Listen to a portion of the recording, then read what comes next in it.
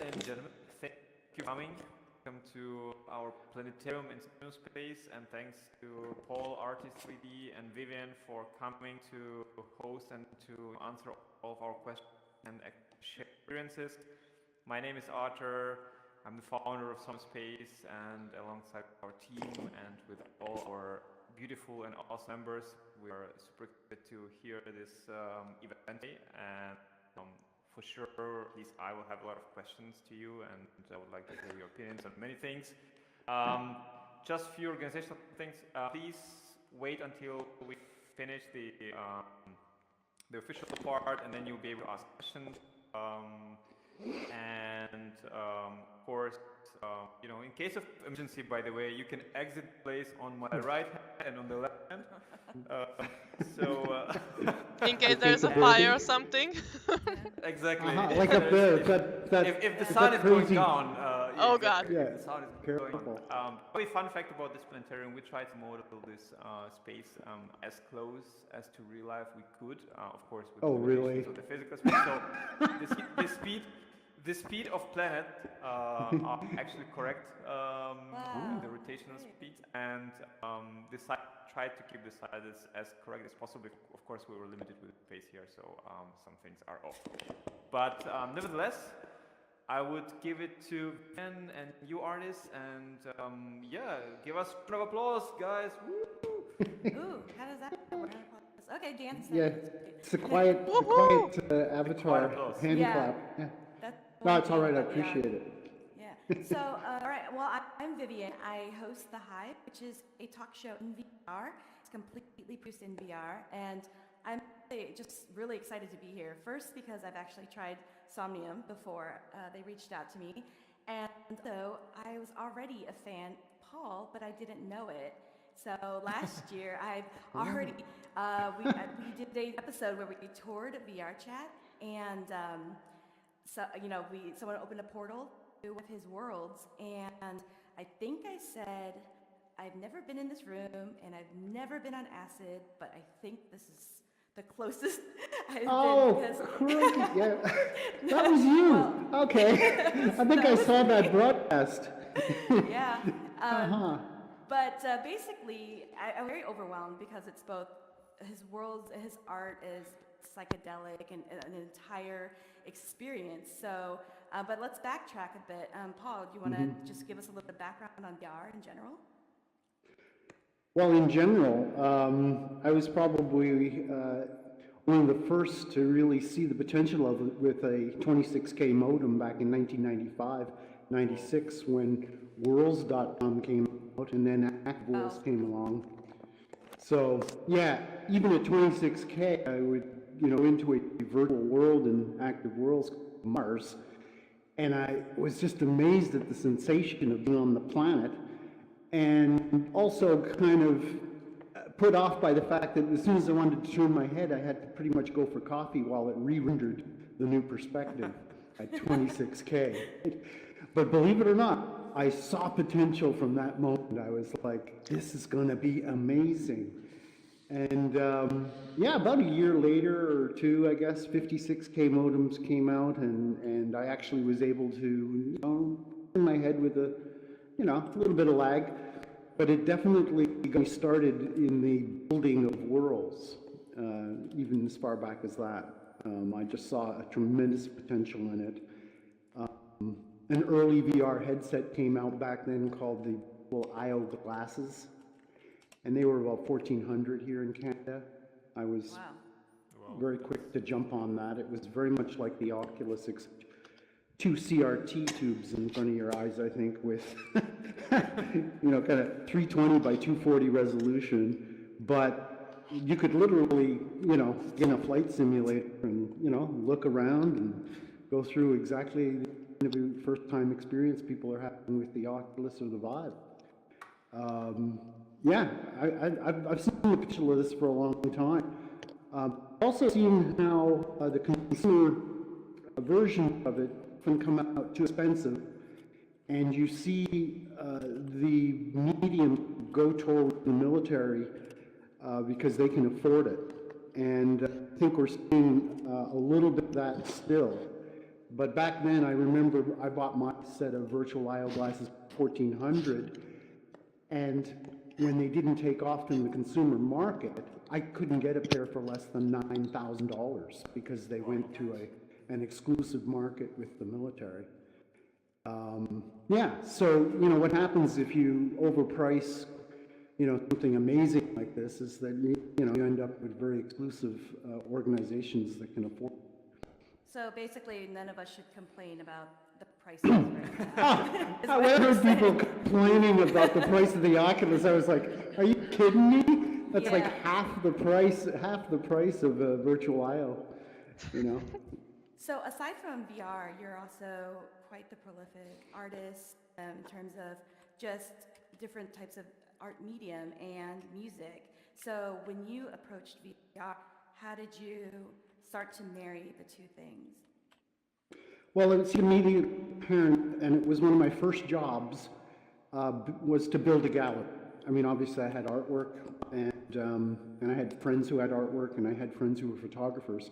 My first job was for a photographer friend of mine who gave me $500 to build my first gallery. Wow. So it was, yeah, and back in '96, you know, I was doing web pages, $350 a page, and I figured, you know, a virtual gallery should be worth at least $500. So he agreed, and we went off and built a gallery in Active Worlds, which is still active to this day. Wow. Yeah, lots of artwork and photography in there. I have coordinates to it if anybody's familiar with that software. Active Worlds is in its 30th year and has primarily attracted builders, creative people. It doesn't really have a lot of focus on avatars, so it's not, you know, I find that the worlds that don't focus on avatars tend to be worlds where people like to build. Right. By the way, all the links we mentioned in the talk will be linking in the YouTube video below when the YouTube video comes live, so you'll be able to visit all the places there. Yeah, it's hard to find my place because it's in the public area of Active Worlds. But just message me or email me and I'll send you the coordinates if you want to check out some very early. I've got a studio in there. I've pretty much built a small city block of you know, a little office for myself, a little, you know, sort of, yeah, I really got into it. So okay, so you showed me around your worlds, and it was very like dreamlike, and it was a lot of fun, and there's a lot of jumping, anti-gravity, 3D art, all kinds of different elements. What kind of feelings are you trying to provoke in people? I hope that phone isn't bothering you. Way back in okay, I'll say again, go back in time here to 1998. I was working on something, no, I was downloading a hang glider simulator, which I thought was incredible. Okay, it was fantastic. It was two-dimensional on a two-screen thing, but I took that I went into the files where the hang glider simulation was installed on my computer, and I noticed all the graphics were in a folder, and they were broken up into tiles and everything, and I started analyzing, you know, sort of how he was doing his landscaping and how he was doing his forms and figures, and they were just the sort of typical JPEGs. So I went in and I totally replaced them all with my own fantasy imagery and textures, and I reanimated his flight simulator, basically a hang glider simulator, with a completely surreal landscape that was just out of this world. And I decided, well, I'll take a chance and I'll send it back to him. His name was Ilan Papini, and he lives in Israel. And he's just he has an actual airplane, but he's quite an engineer when it comes to software. I sent him his hang glider simulator back to him and said, try this out, see what you think. And he was just like completely overwhelmed that he was now flying inside one of my dreamscapes. And we got into this dialogue, and I said, you know, we should work together. I mean, I could create some of this stuff, got some ideas, yeah, so we ended up working together for a couple of building dreamscapes. Yeah, it was really the beginning of my dreamscaping series, which is you can find at dreamscaping.com. These are worlds where I originally started building for the Oculus Rift ideas. I never really got accepted by the Oculus Studios crowd with this stuff. It wasn't really game-oriented enough, but they did authorize me to distribute licenses for my application, both Where's Touch, which is now, you know, you can preview it in VR chat. That's the And best. My Island, yeah, My Island, that's the one you were in that you thought was so Yeah. psychedelic, and They all are, don't yeah, they all are. okay, yeah. Yeah, there is no doubt that psychedelics had an effect on me at an early age, and any attempt to repress my in psychedelic nature has been impossible over the years. Constantly trying to reanimate visions and things that I've had when I was younger, and most of them are all very positive, and in my work are things I've taken years to try to illustrate in some fashion to get across the sort of imaginative worlds that I was exploring. So you use a lot of your worlds are in VR chat, and that's a lot of what you're known for. Have you tried other social apps and other social? Yeah, throughout the years, I've pretty much explored most of them. The ones I gravitated towards were the ones where the building tools were good, or there was some way to, you know, easily integrate what I'd already modeled in various CAD programs. So it was natural with, because I was aware that VR chat uses Unity, it seemed natural that I would gravitate towards their platform at first. And I still find them incredibly compatible with what I'm doing, and seem to have an audience as well, so I get a lot of feedback on working on. Some of the stuff I'm working on in there, previews of applications I'm working on directly for Oculus Rift, in case I can get accepted by that at some point. I think that they're more experiential. They're almost always based on my music and themes that I write out in my songs. So I'm really kind of coloring, and you know, the songs are almost like the lines in a coloring book, and the VR platform is how I kind of illustrate my music. It ensconces. With since you have, you know, this experience going back, I always think, you know, social VR is just so great, and VR is like a small niche within gaming, and then social VR is a small niche within VR. So how has social VR impacted your work or your just, you know, your social life or your friendships? Well, as an artist, okay, a lot of artists are pretty solitary and hermit-like in their focus. They don't tend to socialize a lot. At least in my experience, it's I've had a number of projects come along. One was Arts and Cultural Highway hired me, which was funded by the British Columbia Ministry of Municipalities, and they had seed capital, and they saw some of my work in Active Worlds and hired me to build a Arts and Cultural Highway, which was basically a highway with galleries all along the way. And each artist I would build a gallery for them and put their work in the gallery. So it was a complete project that was really quite, I think, forward-thinking, because it gave artists the ability to have openings every week if they wanted to. They could, you know, because, you know, artists typically in galleries, you know, they might get a show every 5 years when you consider the number of people that are in a particular gallery. So this was an opportunity for them to have public showings on a regular basis and to market their work. Needless to say, local galleries were not thrilled that I was building a parallel universe of galleries, you know, and I was told in no uncertain terms that if their artists were to display in my galleries, they would have to pay a commission or something. You know, it was a bit awkward. I stopped sort of going into galleries and saying, hey, I can make a virtual version of your gallery. They weren't interested. That was not their thing.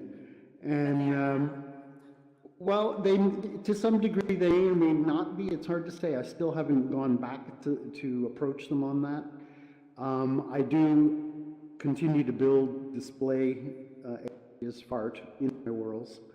But at the same time, it's, one thing I did learn in the Arts and Cultural Highway project was that artists actually don't want to market their own work. It's the last thing they want to get involved in. They really do prefer if a gallery takes their work and does the marketing for them. They're way too busy working, and I understand that. I mean, as an artist, I don't do a lot of heavy marketing of my work. I don't have a huge list of followers or anything. When I can, I do, but in most cases, you'll find me just kind of working. And it was actually in a session where I was working, and I took a break and visited this world in Active Worlds called Aureus, and it had become a complete role-playing community. And I was amazed. I had been so solitary for so long, and suddenly I met this massive group of people who were having just a hell of a lot of fun, role-playing in these worlds. And it didn't take me long to become chief of the tribes, okay? And then the first thing I did was had a winter solstice craft fair and created booths everywhere for people to sell their VR material, because there were people working on shrubs and bushes, and there were people working on avatars, and there were people on doing all kinds of things in VR that they could, people were, selling sculptures for apartments and things. They had a very sophisticated little society in there. And this craft show was great. I created a little I Ching oracle reading booth, and I just had a lineup going of people wanting to ask me very personal questions and have me throw an I Ching reading for them and interpret it for them. So it was pretty neat, and it really, to me, being a solo builder, to realizing that the broader community of people in VR are just an exciting bunch of people. Yeah. Well, I know there's a lot of other artists in VR chat. How have you collaborated with them? Well, VR chat, I would say is more like Active Worlds in that respect. It's free to build in there, and so people do get a chance to explore a lot of ideas that platforms like Second Life, there was a limit to your funds basically. So, and also the temporary nature of Second Life's tax system was that if you built something, you could come back in 6 months and it would be gone. So Active Worlds are a little more stable that way. And VR chat is like that, to feel confident that when I place something there, it's not going to disappear if I get busy for a year or two on another project and come back, it's still going to be there. So I'm partial to worlds that I don't have to worry about that, the transit nature of my stuff. There's too many hours placed into something to risk losing, an entire creation just because it didn't get taxed or something, So, and I've talked the Emperor about this in terms of structuring things in here, because, I love this. Every ideal that you've got going here is right up my alley. And if there can be some way of working that right. But yes, in VR chat, I've met people like Godfrey, GM3, who is a compatible musician. We've worked on a song together, When the Sun Dies, great tune that he's written. He's a prolific writer. Right, yeah, and, he's really talented. And his galleries are bar none, some of the best I've seen. They are, I love his gallery. Yeah, it's definitely a I participated in those and consulted with him, and even one time I think his internet was down, and I ended up having to take over one of his openings, and it was just a pleasure to see the artwork, give a little analysis to it, kind of explore all the options of it, and it's fantastic. His galleries are just exquisite. Maybe I just one question. If I made just one question, since the building of the worlds and different apps, when you say to be confident that you come back and your creation is still here, how do you draw the line? What do you think is the best practice to do in terms of have people to buy somewhere where they can build and have kind of like an order in that, and also letting people build and have their creations forever online? Like, where do you think is the golden line coming for this respect? Well, I think Second Life would have appealed me more had they simply, sold the area that I was building on. It was the ongoing tier system, which just meant I had to pay attention to that. And in my real life, I have a problem with, mortgage payments. If I forget to make one, I don't want to be booted out of my house, okay? So, I have this very special relationship with my mortgage company, and I don't have to come up with an X amount of dollars on the first of every month. So they understand I'm an artist and I need more flexibility. I work on commission, and sometimes I get paid on the 13th of the month, not the 1st. So I've managed to sort of structure my real world to allow me to have a little more freedom. But I like the idea. The reason I gravitate towards the free platforms is simply because I have a lot of ideas that are simply not commercial. Right. There is no value in them other than the art for art's sake aspect of them. So it's like there's no point if I'm paying by the square foot to give away my stuff for free. That doesn't make any sense. So the idea of charging an admission to come in and everything is also a little bit awkward if the system is not efficient. And that's what I did respect about Second Life, was that they had a very efficient monetary system. You could pay $7 for 1,000 credits that worked in the world, and then you could cash them out if you collected them. So it was to me, you need to have that really efficient way to buy the VR cash and then cash it out when you want to get your money back out of the system.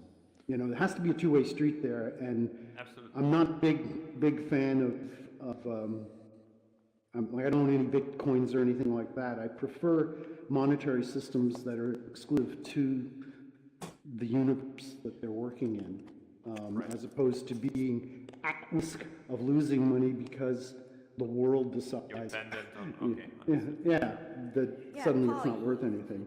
You talked a lot about wanting people to share your worlds, and we're talking about monetizing right now. So in what ways can your fans support you or other artists who are using VR to share their work? Well, I have no problem being supported simply by the sale of my music, albums that I produce. I like to give value. I mean, I do have a Patreon account, but again, it's one of those things I can't pay attention to too much. What I find with a lot of social platforms, including Facebook and Twitter and Patreon and all of these places where you can promote your stuff, is they don't do any promotion of their own, of your stuff. Like you can open a Patreon account and literally nothing happens unless you are doing all the work, okay? Yes. You can open a Facebook account, nothing happens unless you do something. And I think that these platforms, if I may say, are capitalizing on people, content creators, okay? We're all content creators on Facebook and Twitter. We are creating the content that they are using to sell and make money from their advertisers. There's a real break in the logic there when you consider that the content creators are not getting a micropayment relative to the money coming into the system, okay? So it's, you are creating a thoughtful comment on Facebook, regardless of what it's about. You're basically working as a reviewer or journalist, or your opinion matters. And it will get spread, and it'll make it. It may or may not become interesting to other people. However, you have put in the hours, you have put in the time, and this time that we have put into the building of our new world here of social networking, whether it's VR or 2D, is all time that we have put into creating the content. And unless Facebook and Twitter start to realize the value of their content creators, and virtual worlds included, there's no incentive. After a time, it goes the way of MySpace, it goes the way of GeoCities, it goes the way of, all the, think of the number of things that have had been the rage of the day, and then suddenly, 5, 10 years later, they're like, where are they now? So, I'm concerned about that as a content creator, and I recognize everyone else's content creation. And there was a company called MetaCafe a few years ago that had some funding, and they were paying their content creators, video producers, to post video content. They were paying them by the hit. And it was a very successful program. I posted a video in there once called Popcorn on the Cob, which was my granddaughter and I created a video where we froze a cob of corn and then put it in a microwave oven for 7 minutes, and then I used sort of like Photoshop techniques to time lapse this cob of corn filling up with popcorn, and so that when she took it out of the microwave, it was a full-on cob of corn all popped and ready to eat. And that video actually garnered over 360,000 hits. Nice. And it garnered about $1,500 or $1,600 US in income for us as content creators. So that was the system that I thought was good. And YouTube is kind of doing the same thing, but they have such stringent, levels of, you need thousands of hits before you're even recognized, and it's not easy to make a living on YouTube, and they change their algorithm a lot, and everything changes, and it becomes so that your content creation time is not worth it. So, I think that this needs to be thought of at the beginning of the development of these platforms. There's investment dollars, there's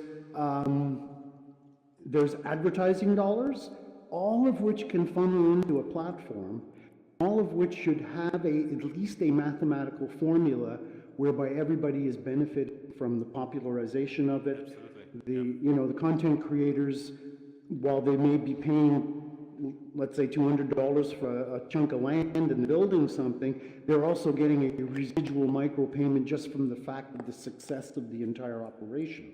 Right. And I did create was working on a project for a couple of clients who were building a site to introduce this idea of a stock market concept where your content would accrue a certain amount of royalty just based on its popularity.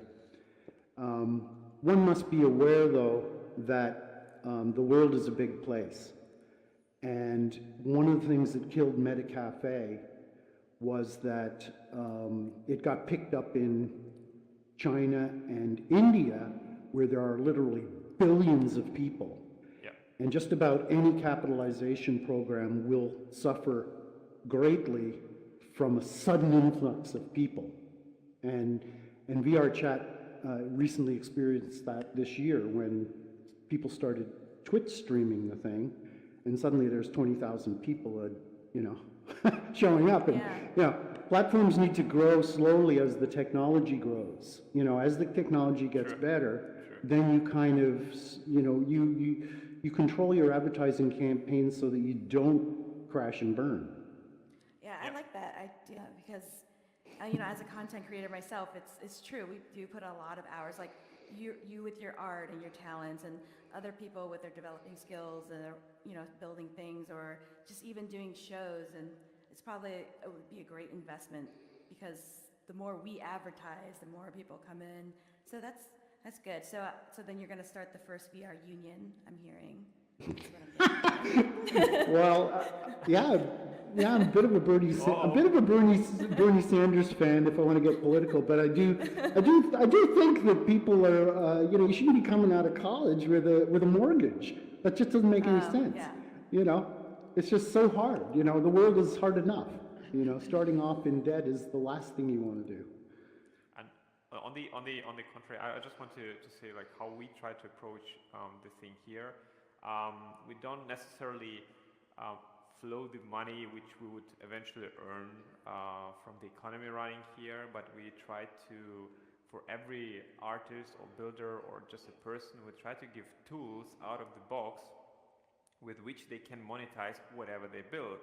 So we don't necessarily fund them to build things, but we tell them, if you build that, here are 1, 2, 3, 5, 6, 7, 8, 9, 10 tools which you can deploy on your land or on our website, and that will, if people come to this platform, that's kind of the thing, right? Sure. When they come to this platform, they will be easily navigated to your place, and then you'll be easily able to monetize that through several things, like like the roller coaster, you can buy a ticket with one click and things like that. So we'll try to remove the barriers for people to monetize their creations, and by that we hope we'll support artists. You don't need to think about monetization, you will just click, and then you have 3 tools for monetization on your land, and that's it.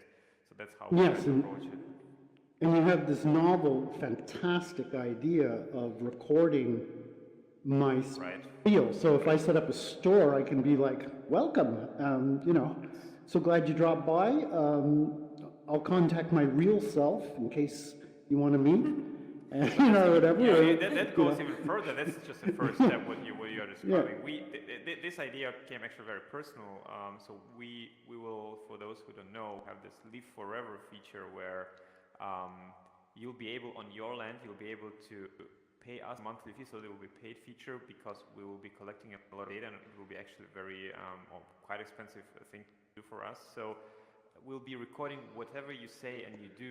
It stays private, so we don't share this information, but you will be recorded, and then we'll, with the help, try to when you are not in the world, or something happens to you, or maybe you die, that we're all humans, your avatar will use those data to kind of keep you alive in your place, and everyone who comes will be able to greet you and have a conversation. And since the AI will be getting better and better over years, you will be actually getting smarter and smarter, or you will be more yourself than you ever been. So that's kind of an opportunity. And there are a lot of people who are excited, and I'm one of those. I'm excited about that. Yeah. That's awesome.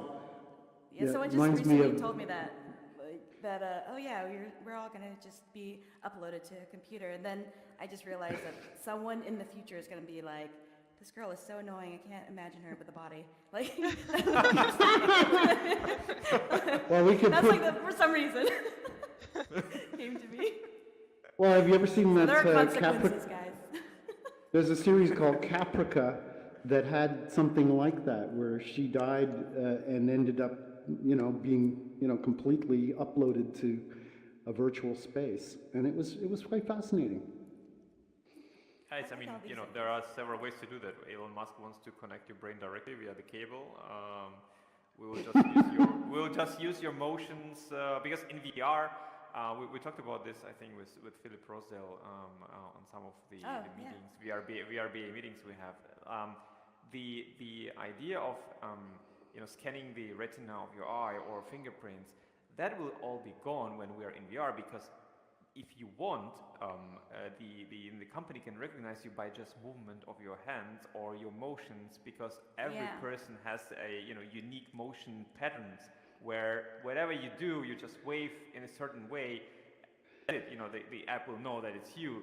But what we discussed in the thing was that we have to really treat those information carefully, and there has to be some standard and ethics standards among all VR apps, and that's why VRBA exists, to make sure that this information doesn't get used like Facebook did, for example, or things like that. So there is a lot of things happening in the VR space which we don't realize in the first place, but there will be a lot of development in this direction as well. So yeah, it's exciting. I mean, I don't worry too much about my VR presence. I mean, this is a role play effect in a way, because you kind of, nobody knows a lot about you really, but what how you project yourself in a virtual way.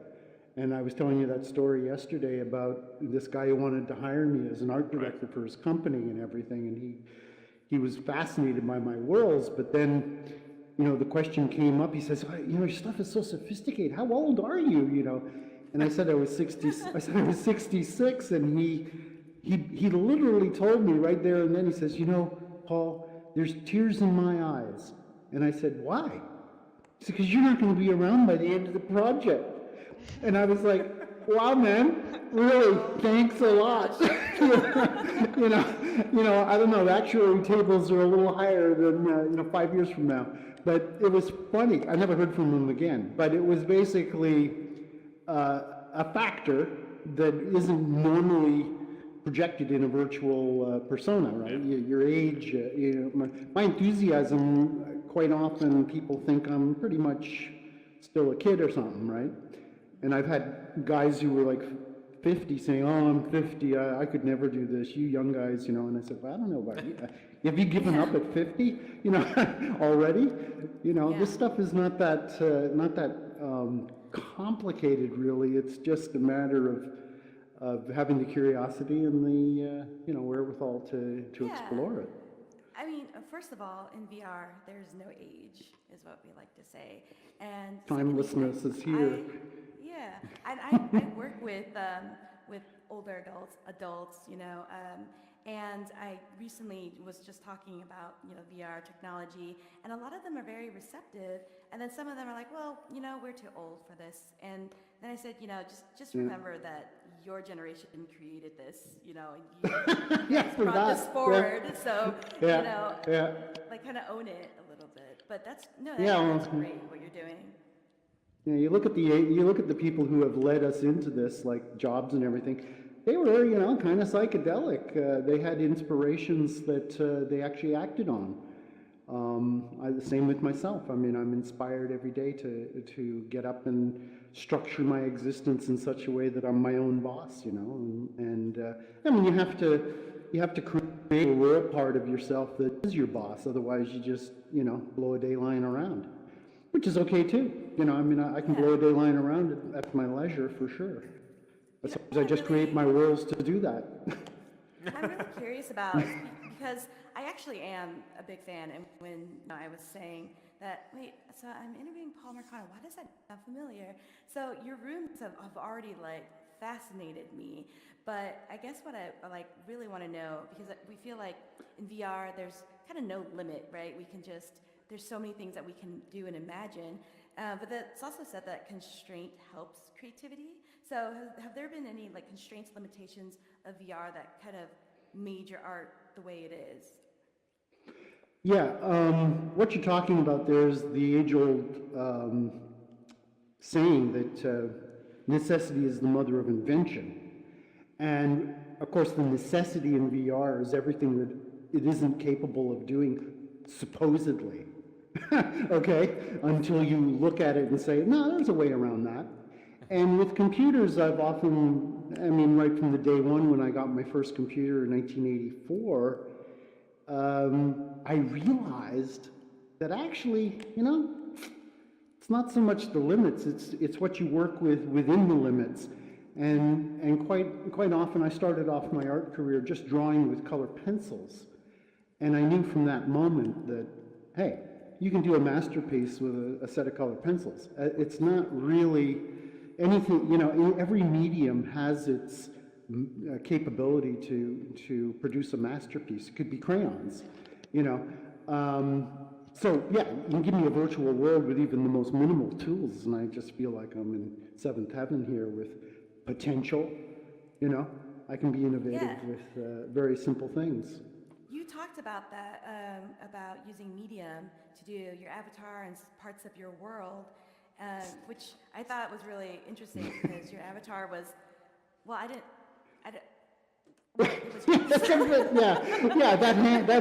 my avatars are hand sculpted in medium, which is that sculpting program in the Oculus store. You get it when you buy the Touch. And when I got that, I was literally my wife came down and I was on the floor, spraying this stuff right with my headset on. And she, "What the hell are you doing?" And I was filling like a 6x9 play area I've got with about a foot high of this sculpting material that the in medium creates. And I was carving it out and making mountains and rivers and streams and, basically, and lifting it up and moving it around and, just having a riot. And, but from an external point of view, that just looks a bit weird. Yeah. But at the same time, I just find that it's an incredibly organic way to model. Most of the modeling I've done in the past is always done with a CAD program with such precision that it's almost irritating. You kind of want to, they have to introduce algorithms to get more of a natural look to things. And within Medium, it's pretty much right there in front of you. You can completely make something that looks organically made. And I've made some pretty neat things in there. Most of them don't go into VR chat very well because they're just so big and detailed. But I've managed to, knock those avatars I've got down to 20K, which is all that's allowed. And they're all right. They're not as good as the ones that I've got in the actual program, but we'll get there. So in Somnium space, the avatar system is still a work in progress, right? And we know that in a lot of other apps, there's you can load in your own avatar, or there's a stock amount of avatars, or in my opinion, some of them are like the uncanny valley where it's a little too real and messes with your head. But since this is a work in progress right here with the Somnium avatars, I really want to hear about what you think, about everyone else's different, uses of avatars, or what's the best system or your favorite? I prefer platforms where avatars are not the main thing, but what people are actually creating. So I agree. I only got into making avatars in VR because I had in Medium to do it, and I thought, well, this might be a way to do it. And then I use Mixamo to do all the work because I have no idea what's going on there with avatars. But generally speaking, if you think about it in the real terms, in the real world, you have this perception of the world around you and the universe and everything and all the people and everything. The one thing you never really see is yourself. There was a guy, Thaddeus Golas, in the 70s who wrote a book called On Having No Head. And it's a short little book, but it's about on having no head. And when I was 8 years old, I was traveling to England with my mother, and I climbed to the highest point on the ship, and I looked around and there was nothing, okay? Literally nothing. We were in the middle of the Atlantic Ocean. And I had that revelation, really, that I had no head. Like, I would look all around at this incredible expanse around me, and it really hit me rather dramatically, in an epiphany, that I could see all that, but I couldn't see me. And it kind of like, my sense of self kind of evaporated at that moment, and I just sort of got the picture, that the picture is your headspace, basically. And that's what happened when I first put on the Oculus Rift. I put it on and went, okay, this is it. Why build a holodeck? Who needs a holodeck? All that, it's all in your head. This is the most efficient way to conjure up a holodeck. It's way more efficient than worrying about boundaries. Yeah, that's one I of the agree, principles actually. we actually use for Somnium. Is, one of the things we say internally always is, the most powerful GPU out there is your brain. It's you. Yeah. And even with all the graphic things and with all things we do with avatars and things, if we can trigger the right things in your brain, you will imagine the rest by yourself. We don't need to make all the computing processing by ourselves via GPUs. It's rather triggering the right things, and if you hit the right things, the avatars can be rudimentary, but if they're correctly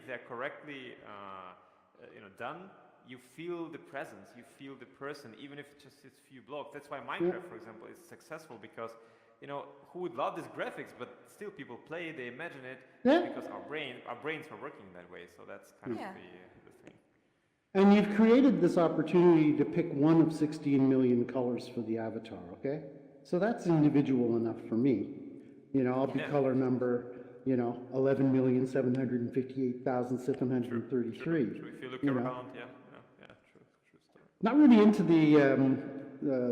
too much of that sort of, but one of the reasons Second Life kind of went one way with the avatar aggrandization, I would call it, sort of narcissistic in some respects.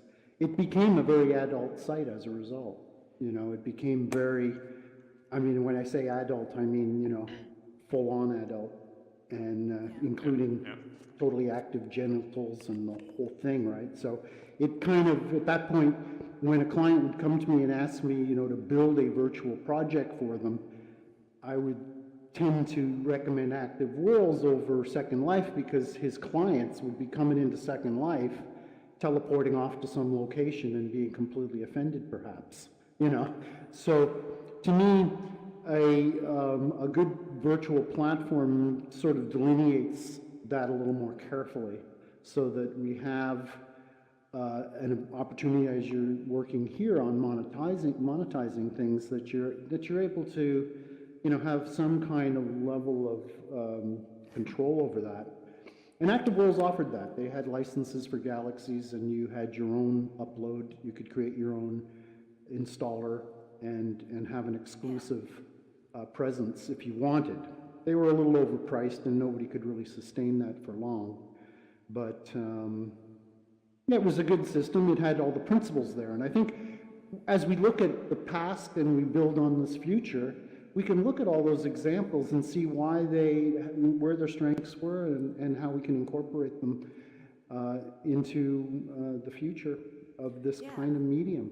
It's fantastic. And speaking Just one thing quickly I just wanted to show, like one thing which tackles into my, at least, immersion a lot, is like while we were speaking here, the night passed over and now we have the morning outside. If you see I watched that, yeah. I love it. And that it's a small detail, but while we're standing here, I really feel that the morning is coming, that the sun is coming and rising up, and that is just a beautiful thing to immerse yourself into virtual worlds. And, you're in Europe too, so it must be getting late. Yeah, okay, it's late here, but I'm in the morning. And true story, I can tell true story. We were in Amsterdam on VR days last year, exhibiting with Somnium, and we had to get up very early in the morning. It was, I think, 6 o'clock in the morning, and we were not sleeping till 3 o'clock because we were checking and testing our latest build, of course. And so we woke up. It was rainy. It was November. It was really terrible weather, and we were super tired. And then, meanwhile, while we were sleeping for those 3 hours, our developers sent us a new build. So I had to, start on the HTC Vive, and I took my headset, and I was really tired. And I took my headset, and it was sunny day there. And I must say, the chemicals in my brain kicked in. I didn't even need to drink a coffee or tea. I was awake in 5 minutes. I was just awake, and I took it off, and I gave it to Vita and I just said, try it. Just try it. It's amazing. And when he did, he said, oh my God, that helps. You just need this, and then you are immediately woken up. So that's one of the examples. It's a huge psychological plus, because you have people in Canada who suffer from low light situations during the winter. Right. Okay? Right. And I'm sitting on a beach. I created I can't afford a beachfront on my island here, so I built my place on the beach. Cool. And it's a sunny day. Yeah. And I will have to say that if I spend any amount of time in there, I feel refreshed on a cloudy day. It is that I'm absolutely on a nice sunny day here. I've picked the best day to make a panorama, and now I've got it sealed the deal for any time I want to get away from it all. I can just hang out on my deck in VR. Cool. So we're reaching the top of the hour, but I wanted to kind of circle back. You talked about your experience and your age and all of that you've done from the beginning. And I know that I work with a lot of people who've been doing VR actually since like in the 70s, and some of them are a little bit jaded now by it, but you're still very into it and passionate, and you're really a part of the community. So for the people coming into VR and they're artists and they're just getting started, what kind of advice would you give them to kind of get their feet wet in here or share their work? to like learn from what you've already paved the way for. Well, this is what I learned was as an artist, I was an isolated artist. I spent a lot of time in isolation because I needed to focus on what I was doing. And it was actually the revelation that interacting with other artists and people in general was a way of kind of activating whole other areas of your creativity that you hadn't even considered. Like, and these virtual platforms have all been astoundingly inspirational and instrumental in activating new ideas all the time. So I actually feel sort of going back to the psychedelic experience of experiencing, kind of a rebirth of looking at things from a new perspective. It's very much like that. I find it almost, well, I dare say almost superior to a psychedelic in so far as it is immediate. You don't have to wait for it to happen. You just put the headset on, boom, you're Yes, there. I'm gonna There's say an that. immediacy. Yes. I like the immediacy of the altered state. I like the immediacy of the situational awareness that I have. I like just the whole idea. My studio suddenly becomes a planetarium. I just have to be careful not to walk off the sort of step down in my studio over there and knock over my guitar over there. All that. Yeah, the casualty of VR. Well, Or punch my screen by mistake with a virtual boxing glove. Oh, it happened to me. Yeah. I know that, Paul, you have a special treat. I'm going to turn it over to Somnium. So I just want to say thank you. Thank you for touring me the other day. Through your Yeah, I hope you come back. I didn't mean to destabilize your, because I showed you a world that was totally unsynced. Yeah, he tried to push me into things, trip me, drown me a little bit. It was Drown you? It was very interesting. We need to call the was police. just- We need to call the police. It was unsynced. It was unsynced. But yeah, this world I'm working on, called Mindstone Valley, is basically for the real aficionado of VR who is not destabilized by motion or any of that. Because this thing, last night I just about lost it. I was just like, I can't believe I've created something that feels like I'm on a ship in a storm. It was so motion, like my entire house looked like it was tilting left when it was. I'm totally stable. But all the things I'm throwing in there right now are going to be pretty advanced craziness, just because of the tools that are there. And But I really great to have you. recommend everyone to go ahead and check it out. It's Well, so well- trippy. We'll put the links down, and we'll Yeah. definitely show all the things, your majority things you've created. And yeah, I would like to thank Vivian for hosting this with us Yeah, today. no, thanks for having me. Thanks a lot for coming by. For all the audience, I would just say we have a bonus thing coming, a little surprise for all of you. But before we go to this surprise, I guess we will open and listen to some questions if people have some questions to you regarding building virtual worlds, and then we'll jump into the surprise part of this event. So if anyone has a question, wave your hand, your whatever you have at us, and then just and then just ask. Feel free to ask the question. Yep, Zectra? I would With the hand like to ask, what is the biggest thing that actually inspires you in creating all those awesome worlds you do? Well, it used to be the money people were paying me to build them. There was a lot of incentive there. All this and I've inspirational talk for an hour, and now you say this. I'm just saying that recently I've been only discovered real VR. I mean, we all have only recently discovered it. So we're at that sort of very early stages of realizing its potential. So I'm inspired. That's what inspires me now, and the fact that I'm doing a lot of porting over from projects that I want to market through the Oculus store, the fact that I'm bringing them into free platforms for previews like that is just fantastic. I mean, I think we're just at that early stage where we have to define the terms of our content creation, what we'll do, how far we'll go, you know, what can incentivize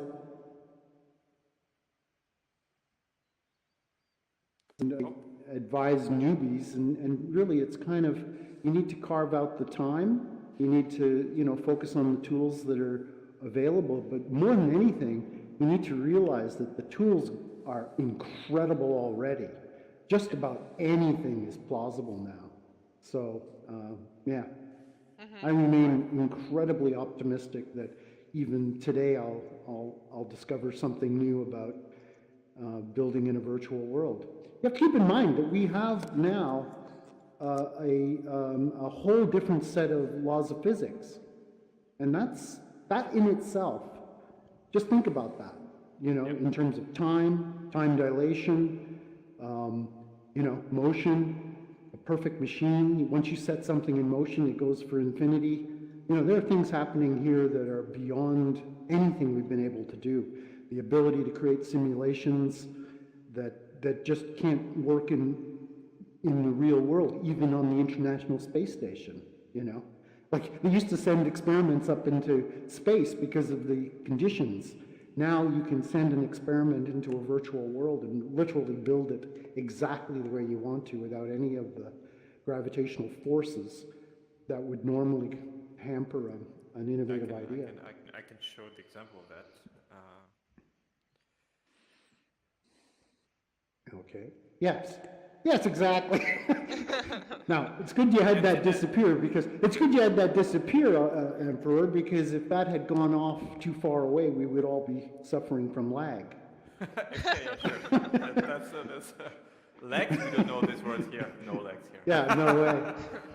No, yeah. I mean, I have a question to you, and it ties more to community. I mean, you experience majority of VR worlds which are out there today, and you know that each world has its own kind of community and a style of community, I'd say. Like, what do you prefer in the community? Where do you feel more comfortable, and where do you think we're heading with VR worlds and different community? Do you think we'll merge in the end to something, you know, one thing, or you think it will always be divided into different worlds and different small community styles and ways people behave? Well, your ideas of creating portals to other platforms, I think, is admirable. It's absolutely admirable, because the idea that I'm building in Neospace, or I'm building in VR chat, or even Active Worlds for that matter, right. The idea of being able to really create a metaverse of interactive oneness, to me, is it's an ideal. You know, it may have its problems as the more popular a platform becomes. Of course, you end up with, you know, requisite problems as well. You know, I'm a believer in slow growth myself. I mean, I actually think that you shouldn't push for the multi-million-dollar campaign that, you know, basically destroys your platform. Exactly. Metacafe suffered that. Metacafe got picked up in China and India, and suddenly there was just billions of people, and the system broke down, and it was over. And I think that it's just the population. There's 7 billion people on the planet. Be careful, you know, and with a worldwide network of advertising, you know, you can crash and burn faster than you can actually get to a level where you've actually perfected what you want to do. Yep, exactly. Yeah. That's just my opinion, but I think that we have to take into consideration even what happened in VR chat when suddenly Twitch streaming we happened. discussed that here as well. You know, we think how we will grow this platform, and we don't have maybe like hundreds of people here, but we had like 17 people watching us, and that is, you know, steady growth of community and people who really care about each other, and not maybe so about each other, but about the way how they treat each other in this virtual world and what they create when we open up the building part of this. This is exactly how it could go. Yeah. And I think one big part of it is every time you log into Somnium, there will be something new to explore, something, you know, something. And the other thing is that everybody here who's appreciating this has a group of friends and family of their own, and you're kind of, you know, you're growing beautifully that way, you know, and I think that's going to make for a very sort of advanced society. You know, in this social, this particular platform. What motivates us a lot is, you know, if we make a difference, at least for one person, if we really made someone's life better or experience better, and he would remember or she would remember what they experienced in here, that's already enough. Like literally, that's already enough. The more those better experiences people will have, the better. Come in and check this out, and they checked it out and they really liked it, and hired me to build a mall for Langley. And I was all excited about it, and I was still in that sort of mode where I was imagining the whole world is going to have access to this mall. And I thought it was really interesting that they were like, no, we don't want the whole world. We want to create a mall that is limited to Langley. Because what they wanted to do, and I thought it was an ingenious plan, and that was they wanted to create a mall, a virtual mall, that was for all the mom and pop businesses in that area who couldn't afford to be in the real malls. Right. They weren't trademarked like Simpsons, and you know, they weren't trademarks like Sears and you know, Canadian Tire and all of these mega companies. But they felt that they had all these mom and pop businesses that weren't on Main Street. They were offshoots off these other streets, and they needed a presence where people could at least peruse a one-place mall area which featured the local businesses. And I thought this was a very enlightened approach, because it's the World Wide Web, but it's, you know, it's local too. You know, there's a tendency to forget that the purpose of a lot of things is to build something for the local community that you're actually living in. And I thought that was from local community, and that grows international, right? Yeah, but a lot of people approach the internet thinking that the world, you know, is suddenly going to be the oyster, but the oyster, you know, is really kind of in the pearl right there in your community. Absolutely. So, Yuvalov, do you have your audio back or still battling? No, we don't hear you.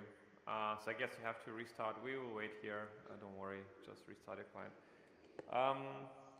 Yes, there is literally when we go through you know, the list of things we want to implement in the next 6 months here and how the roadmap of Somnium looks like. There's so many things we want to do that it's super hard to choose, you know, those things, because it's just okay, well, let's do this and that, and we can do this, and then, you know, if we do this, we can just go over, then just create that tool for people. But the problem is we have to choose, and then that's of course that's a beautiful part and also the ugly part of this. Think it through, because we don't want to rush things out. We don't want to rush things out, and we do listen to what our early community says to us. So that was the reason why we rolled out Locomotion, because in the beginning, like I personally, I have to be honest, I don't like Locomotion because I get sick. I normally don't get sick from any experience in VR. You can put me to anything and I will be fine. But Locomotion somehow makes me sick, and I find it unnatural that it breaks immersion. But literally, when I was greeting people and meeting people in Somnium and more people were coming, every single person, including you, told me, bring the freaking Locomotion to Somnium. And I said, okay, we are bringing it. Yeah, I cannot handle fishing for a teleport. You know, it's like, I don't know how you don't find that more disorienting, to suddenly find yourself over there and then having to reassess your position. I love it. I just love it. You follow? It's freaky. Yeah, but hello. Hi there, can you hear me now? Yeah. Yes. Oh, there you go. Yeah. Can you hear me now? Can you hear me now? Yeah. Hi there. Not too bad. You probably answered my question actually in a couple of the previous ones, but I just wanted to know when can you see the level of detail and the level of interactivity becoming like in the film Ready Player One? And how long would you think it'd take to get to that level of detail? That's funny. Ready Player One, I never saw the movie until I was in a program called Big Screen, and somebody was playing it. Okay, so I actually saw it in VR wearing a headset. Okay. Right. And I was like, wow, okay, this is supposedly a movie about the future of VR. And typically, the dystopian view of things doesn't appeal to me, okay? It appeals to me like Blade Runner appeals to me. But there's a certain, level of pessimism there that I don't buy into. Right. I really think that we have an incredibly good future, okay? I mean, I haven't seen in all my years any sense that there's anything more than a mood shift generation to generation, okay? I did have trouble with my kids, okay? My children are grown now, but I did have trouble with their sort of fixation on East LA angst while they're living in paradise here in Canada, right? It always seemed a little bit off-putting to think that their dystopian views were not, again, local to the community they are actually living in. Like, we just don't have that kind of culture where my kids are growing up. So it was, they'd bring home CDs with like, all the classic kind of heavy lyrics. And I remember complaining to my mother about it, and she said, "Oh, you were just like that. We hated your music too, And I said, "Yeah, no. All you need is love. Is a little different than, go fuck yourself, or whatever. It was just slightly off-putting that I couldn't relate to my kids' music, and I couldn't relate to my mother's opinion of my music. So it was kind of, I've been kind of like loosening up on that over time, but I absolutely still don't buy into the dystopian future. And I don't see VR as being an escape from anything. Right. It's an entry point into a whole new way of seeing things and a level of perception and sharing of experience that goes beyond anything we've ever had in history. Right. Thank you. I mean, books are the original VR system. I mean, you go off in a corner and read a book. That's a VR experience. Yeah. But here it's like, wow, you can ensconce somebody in one of your paintings.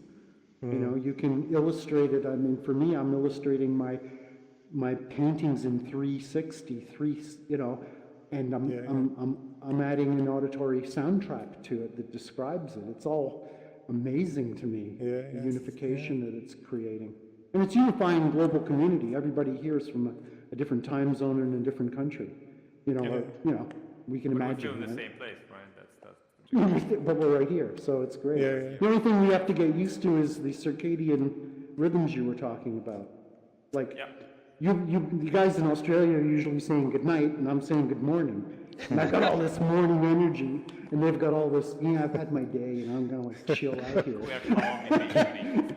Well, one thing I wanted to tackle when you were actually now talking about VR as being an escape from the real world, one particular thing we really believe here in Somnium is that many countries, especially developing countries, many people in those countries will actually skip the real life job and will be already working in VR from day one. Kind of like some countries skip the landlines and they went directly to mobile phones.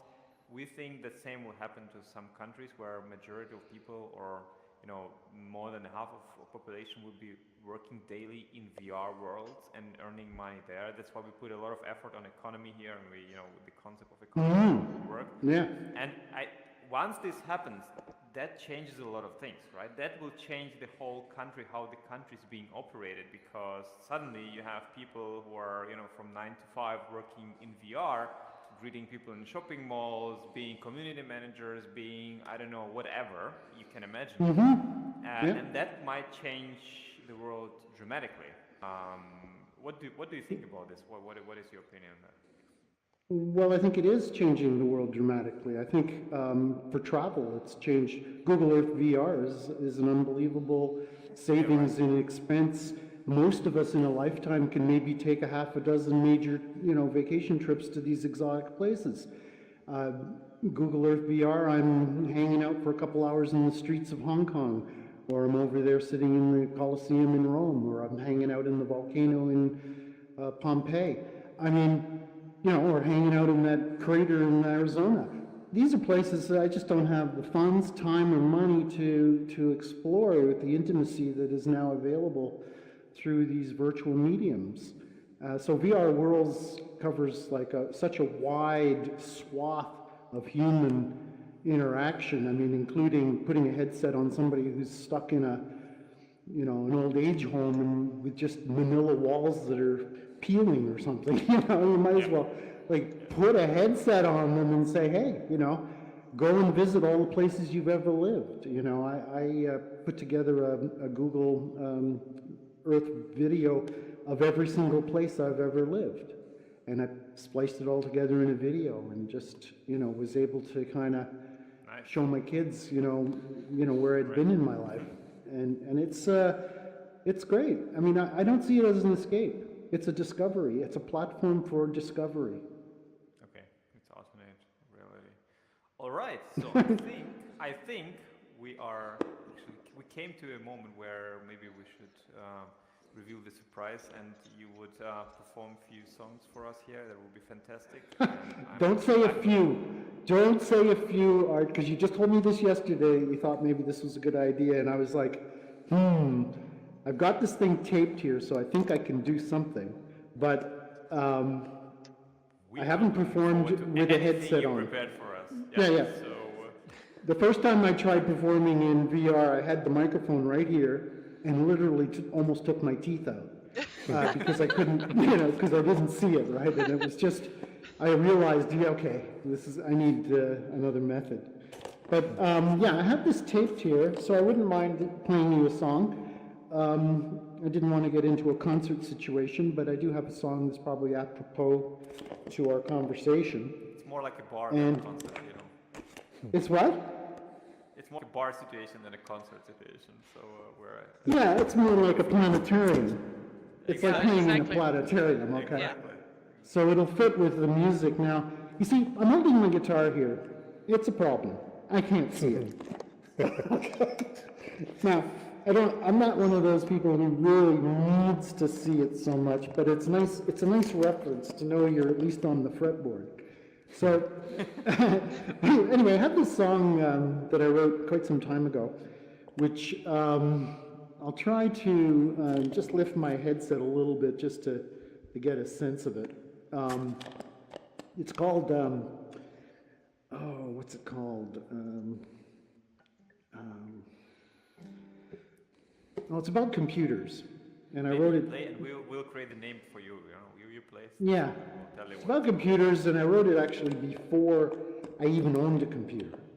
Okay, Cool. 1982. This is from an album I recorded and have a virtual I wasn't world even for. born. I wasn't even born. Yeah, I'm sorry to hear that because you missed I'm a key moment in time missed a when lot. when the personal computer came out. It was a key moment in everyone's life. Okay. Yeah, we actually. And, when you told that you got the computer 84, like I got my computer 15 years. First computer 15 years later than you. 15 years. Yeah, and I was like on an Atari 800 XL, and I was tripping out on 4 colors. Oh. Okay, so when it went to 16 million, I was like in seventh heaven. But I was still writing songs. This would have been an album called Airbrushing Galaxies, and written right after my a double album, 10,001 Dreams, which was recently repressed on vinyl. This was Airbrushing Galaxies, for which I was saying I have a virtual world for. If you want to hear the album, go into VR Chat and look for Airbrushing Galaxies. And this is one of the key songs on the album. And you'll find it's quite apropos. Let's just see how it goes here, if I can actually see the guitar and play too, okay? Get ready. let me know if you can hear that. Yeah. Yeah, we Yeah? can. Beautiful. Yep. Yeah. Beautiful. Yeah, it's not over too loud. No, No. it's beautiful. No. It's exactly Okay, very let good. me what you imagined it. let me just get a pick here so it's a little less.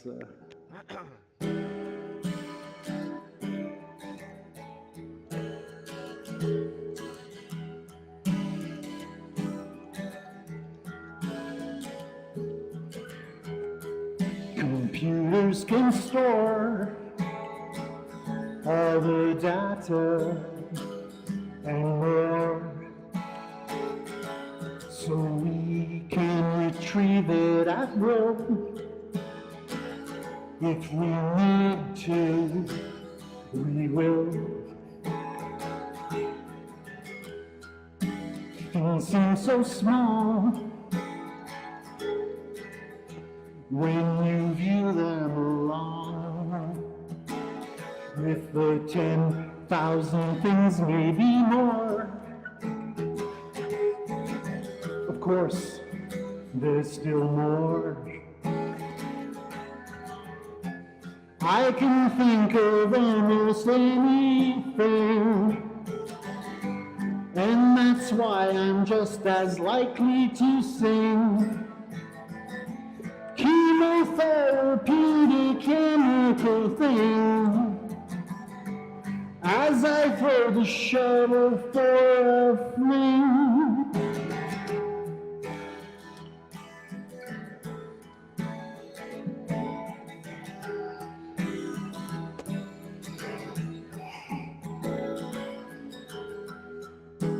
Heaven can wait. I'm nearly always late. I've got these things on my brain as I switch into another lane. Computers can store all the data and chatter, so we can retrieve it at will. If we need to, we will. Or if we need to, we will. Anytime you lose the light, even when it seems to have gone out of sight, where there's a will, there'll always be a way. And incidentally, there is no one to pay.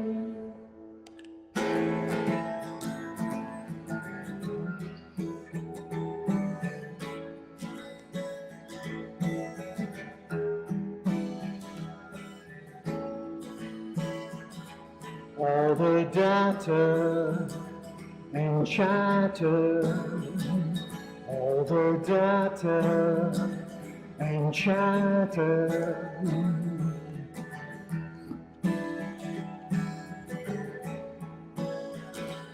And the world keeps going round, and the world keeps going round, with a little bit of this and a little bit of that, with a little bit of up and a little bit of down.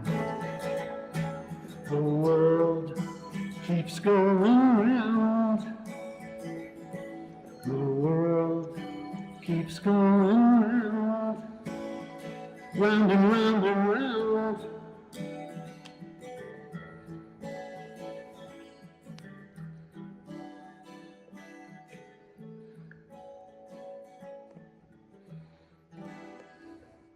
Woohoo! Beautiful.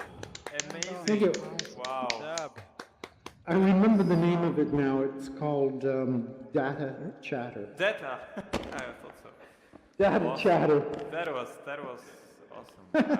I must Well, it say was that interesting. Yeah, It was just one. before I had a computer, so I was only imagining things. Wow. That is You know. amazing.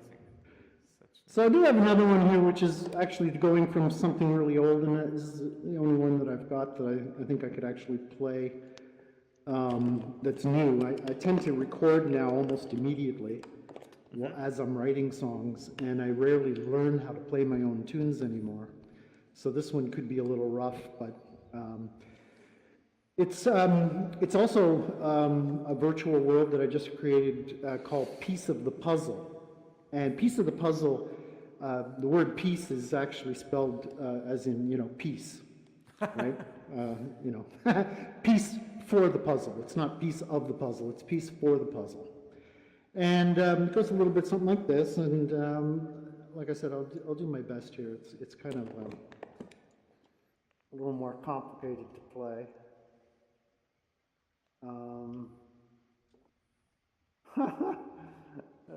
Yeah. All right, let's try this.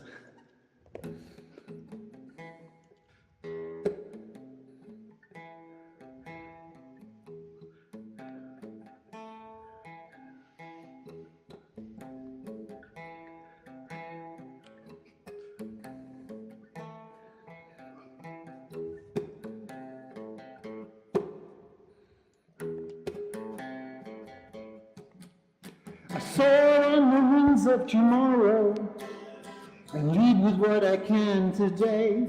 I can't seem to find all the things that he said we drops in our way.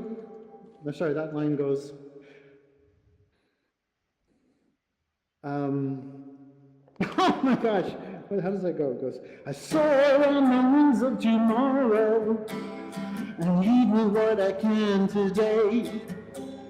I reach for the light at the end of the tunnel and trust that we'll find our way. I can't seem to follow the logic.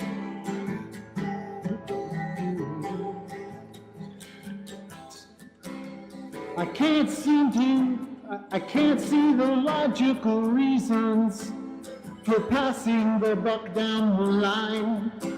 When it's all in the hands of the people, we choose the leaders of our time. Yes, we do.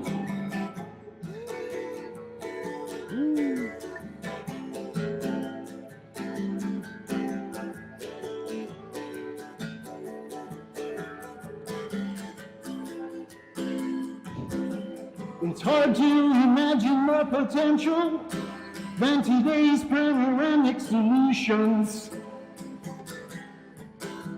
A global connection of nations, a piece for the puzzle each day.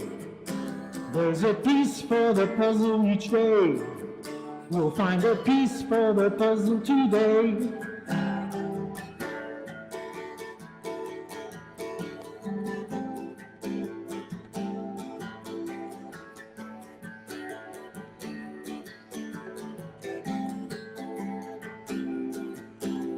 It's hard to imagine more potential than today's panoramic solutions.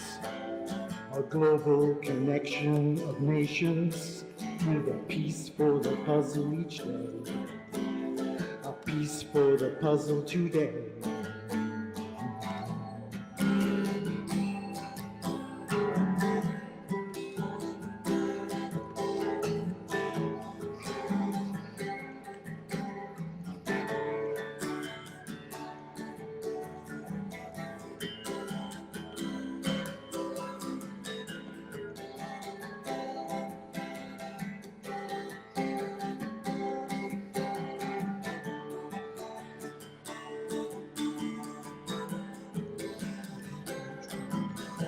So give me a snail's pace for more time to enjoy these moments of now.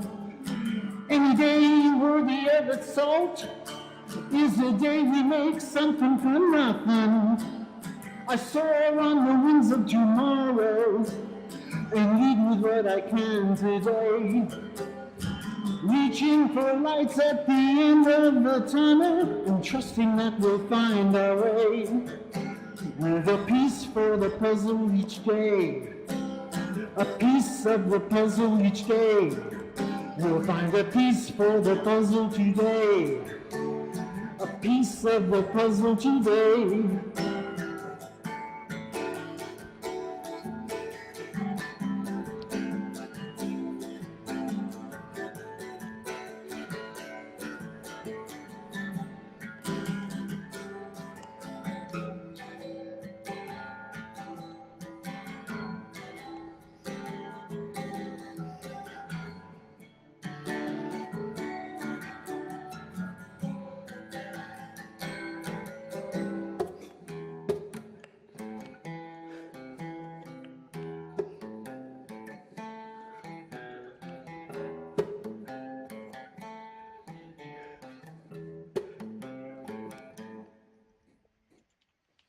Woohoo!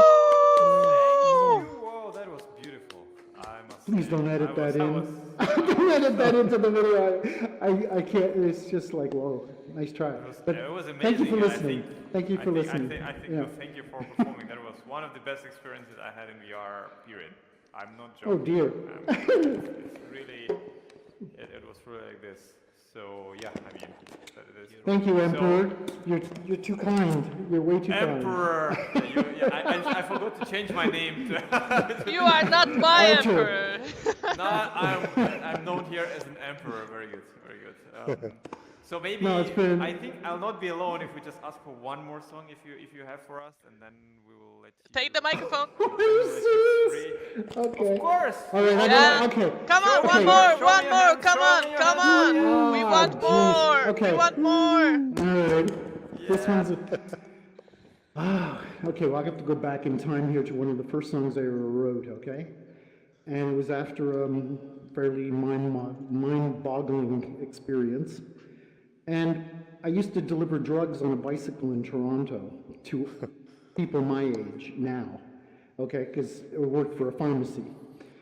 And I really only wanted to play music, but so what I was doing was I was writing, while I was riding around on the bike, I was trying to figure out how am I going to write songs while I'm just kind of like away from my guitar. And I started humming a Beatle tune, okay?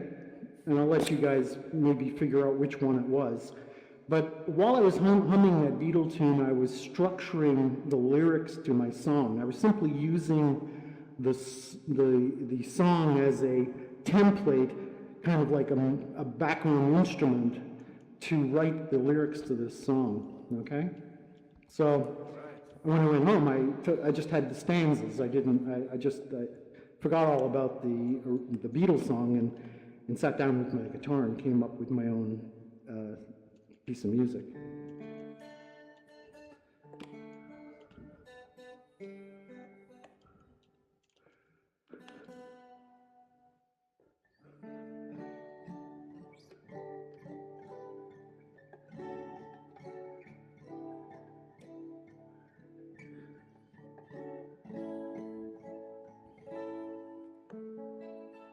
It's called Follow the Stream.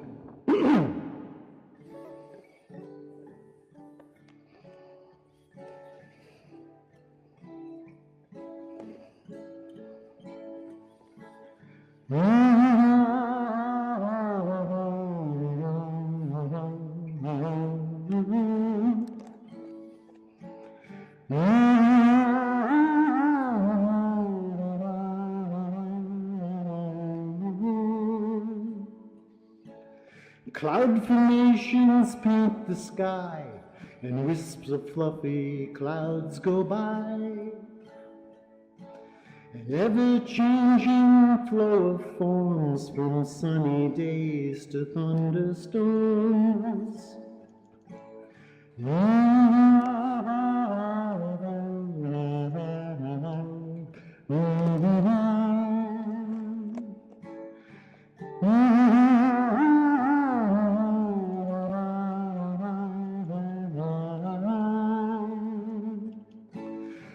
Revelations come to me while floating in a cosmic sea.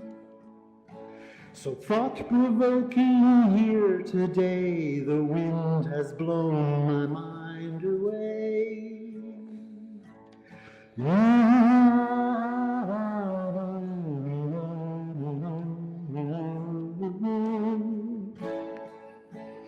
Inspirations come and go with every effort in the flow.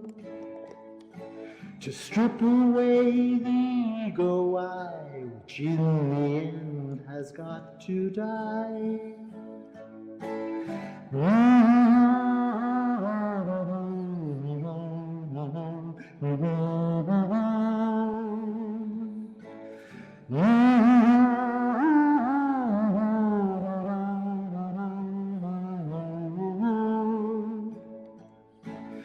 Following the endless stream of life, they say, is but a dream. Here or there or anywhere, it doesn't matter, I don't care.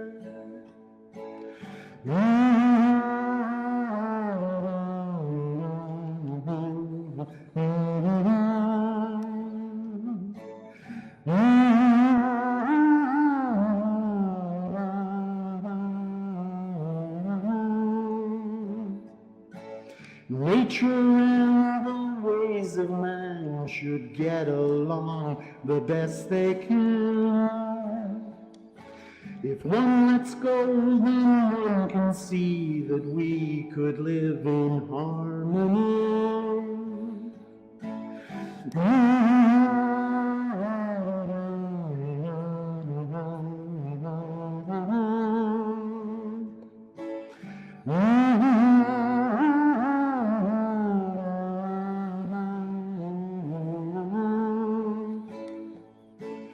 Following the endless stream, a life they say is but a dream. Here or there or anywhere, it doesn't matter, I don't care. Following an endless stream, a life they say is but a dream, but a dream. But a dream.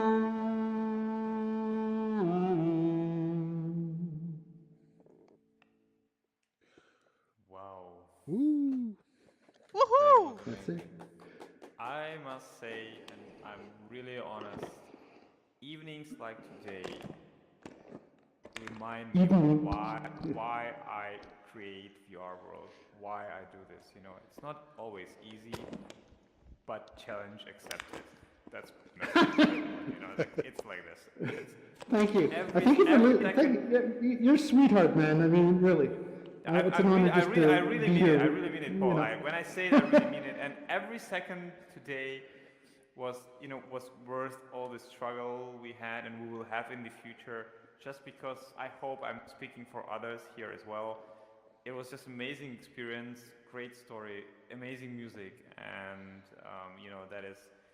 I hope we'll do something like that in the future. We have the whole amphitheater to perform, which is much bigger place for concerts. And you know, we have open. You're welcome anytime you want to perform your songs. I'd be first standing in line, buying tickets, doing everything I can to promote it to as many people as we could, so that they can experience it in VR.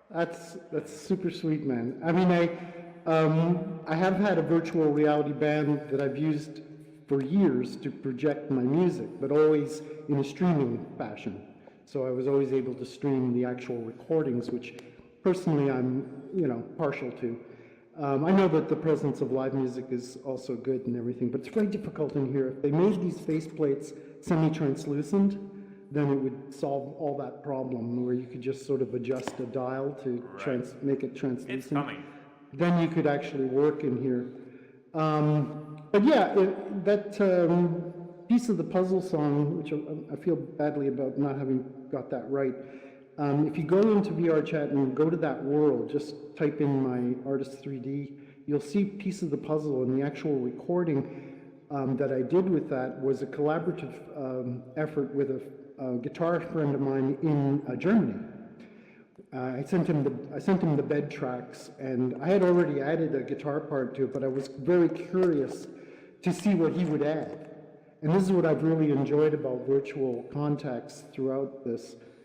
And it's always been interesting to collaborate with other musicians. And anyway, the version that's in that virtual world is really worthy to hear if you I get hope a chance one to day check it we'll out. be at the level of technology, and I think we're not so far away from that, that the level of synchronization and the delay will allow people to perform live with different instruments in VR. Yeah, I did. Which it seems to be Yeah. super difficult, but it's doable. And like Yeah. if I'm looking at my ping right now, I have 40 milliseconds ping, which is already very close to a very synchronized experience. Now we have. But it's not okay for drummers. As soon as No, you bring it's a not- drummer in, exactly. the beat So- is off. It's Yeah, just not so working. that's why I say it's not today ready, but maybe in a year or two we'll be able to hold a live concert where people will be performing with live instruments on that. And yeah, I mean already VR uncovered so many talents and unexpected talents, and we have some members of community who suddenly we realize they can rap very well, and we have fun Yeah. all the time, and then we have fun all the time. I'm getting him the beat like. And he's singing and rapping, and like we all have fun, and it's beautiful. And then I just saw Connie coming. Hey, Connie, she sings also beautifully, and we just explore our inners ourselves, and try to find what we can do. And I think it's for some people it's easier to do in VR than in real life, and that's a beautiful thing for the virtual reality world. So thank you everyone for coming. Thank you, Paul, once again for amazing performance. If you anytime want to perform your songs, we will be here waiting for you. And you have a fan base here, I'm pretty sure. Oh, Yes, thanks, guys. totally. Really, thank you. Thank you very much. Hey, come on, woohoo! Okay.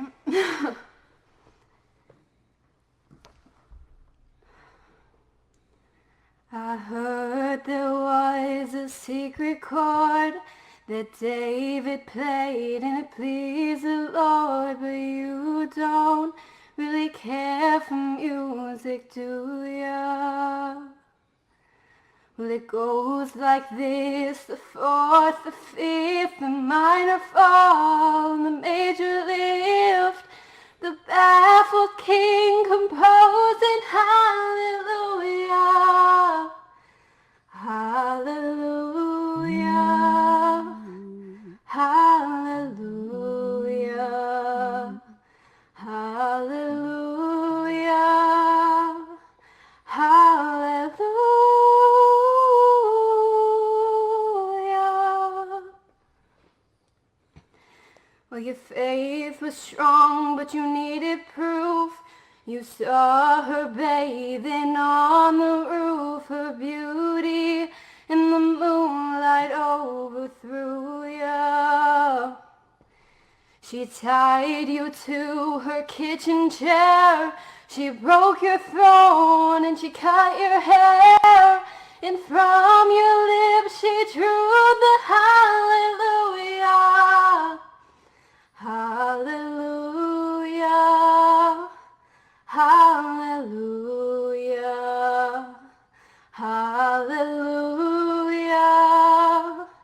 hallelujah, hallelujah. Woohoo! That was brilliant! Woo! Awesome, thank you. Really cool. Thank you. That was a spontaneous, Yeah. but a awesome performance. And yeah, that's. I think we can, with that beautiful note, we can. Wait a second. Now we can, I think, wrap up this amazing evening. And I almost destroyed my controllers, but that's part of the fun, of course. I'm pretty sure they can withstand that. So thanks a lot again for coming. I mean, I cannot thank too much times here because it was really